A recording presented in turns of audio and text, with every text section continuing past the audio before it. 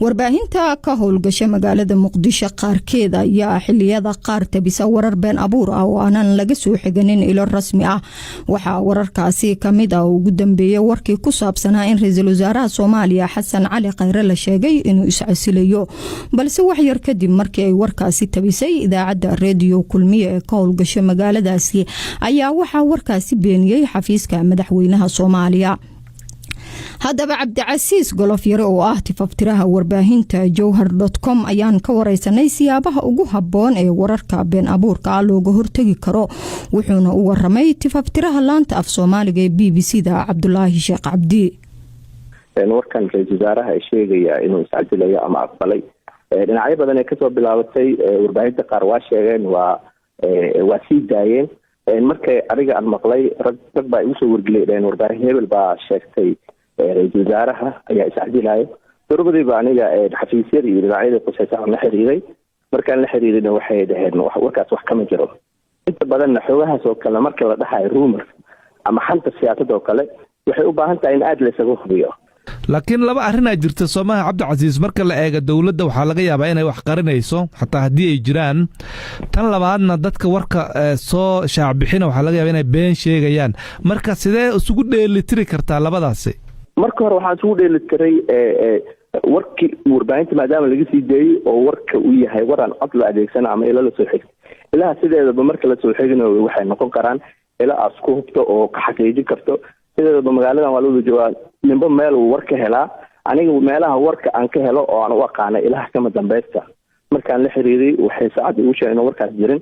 Cabdicasiis oo marka Muqdisho waad joogtaa waayahan dambana BBC-da waxaan diiradda saarnaa wararka been abuurka ah oo inta badan Soomaalidaad u malaysa in baraha bulshada hormuud ha u ahaadeena inuu ku soo batay. marka heer intee la eg ayuu gaarsiisan yahay aad isleedahay warbaahinta Soomaalida? wixii ka dambeeyay 8 February waxaa la dhihi karaa waa xilligii ugu badnaa uu soo baxo warar been abuur ah. haddee tahay qolo rabta inay wax ka macaashto oo suuqa gelinayso wax barbaqaan ama qof la xayeysiina ama qof hebel la magacaabo iyadoo warkaas jirin. mid kale warar kale waxaa jira oo adiga wax la yiraahdo boomboon oo kale sideedaba waxyaabaha hadda keenay fake news waxa qaybta ugu weyn ka qaadanaya social media oo asigana aad loo xakameey karin. markaas waxay keenaysaa in bulshada dhan ku jahwareerto oo warkaas been abuurka magaalada la galo. marka dad badan oo kula soo xiriiraya leeyihiin waxa social media lagu qorayo maxaa ka jiro. marka mar walbana markay u baahan tahay warkaas oo kale taxadar ay u baahan tahay in la iska hubiyo. aniga dadka Muqdisho joogan kamid ahayo marar badan waa isoo gaaraan warkaas ama dad raba inay siyaabo kala duwan ii dusiyaan inta iska fiiriyo aan raadiyaa macluumaadka wixii ka jiro. haddii jiraan waa soo qoraa, haddii jirin waa iska dhaafa. laakiin Cabdicasiis oo hal kalena way jirtaa Soomaha oo ah in war badan oo run ah oo Soomaalida la xiriira uu banaanka yeela isagoo warar la isla dhaxmaraya ahaan ah gadaal dambana uu soo baxa oo warkii run noqda. waad ogtahay in la dhahay doorashooyinkii maamul goboleedyada hebel wata ama hebel ay dawladda wadataa gadaal dambana say wixii u ahaayeen warar la isla dhaxmaraya run bay noqdeen. marka ma isleedahay dadkeenan BBC-da iyo warbaahinta kale ee warka sugan un sugaysa wax badan ka maqan ama wax badan baa dhaafaya? laba arrin ay isugu jiraan warar ka soo baxayo kale oo ah hebel baa dawladda wadataa hebel baa la dooranaa. horta taas waxay ka mid tahay ololo sideeda moogtahay waxaa laga garan karaa nin walba sida wax u wado inay banaanka dadka wada joogaan. ninkan dawladiisa yahay ololo xoogan oo dad badan haysto markaas waa la qiyaasaa. ninka dawladda ku dhowna waa loo jeedaa oo ninkan dawladda wadato waa cadda ama wasiir oo ahaa ama xil kale oo ahaa. marka sidaas ay tahay waxa ololaha waa gaar, laakiin wararka laba war isugu jiraan.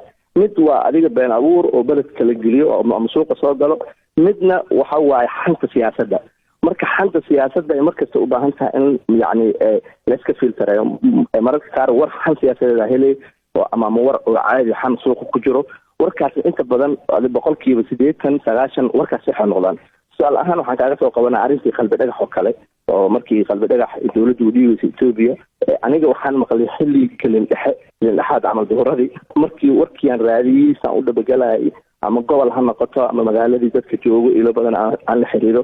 ugu dambeyn warkaas waxay ugu qaadatay 4 saac 3 saac in xaqiijiyo oo maqribkan soo geliyo. waana sababta keentay inaan ku noqdo qofkii ugu horeeyay warkaas daawaco oo in qalbi dhagax dowladii Soomaaliyeed u dhiibtay dowladda Itoobiya marka taasna waxa ii saaciday ilihii aan la xiriiray oo dadkii aan ku noqday meelahaas ii saaciday inaan yani warkaas ka xaqiijiyo aan soo daabaco marka tan xantana waa gaar oo warkaas war suuqa ku jiro waa sax laakiin tan propagandada oo suuqa la soo geliyo oo wallahi waxa soo socdo kuwaas aan xoogaa la xakameey jirin oo social media aad ugu qayb qaadata cabdicasiis golofyare oo ah tifaftiraha warbaahinta jowhar.com waxa uu wararka been abuurka uga waramayay madaxa laanta af Soomaaliga ee BBC da Cabdullaahi Sheekh Cabdi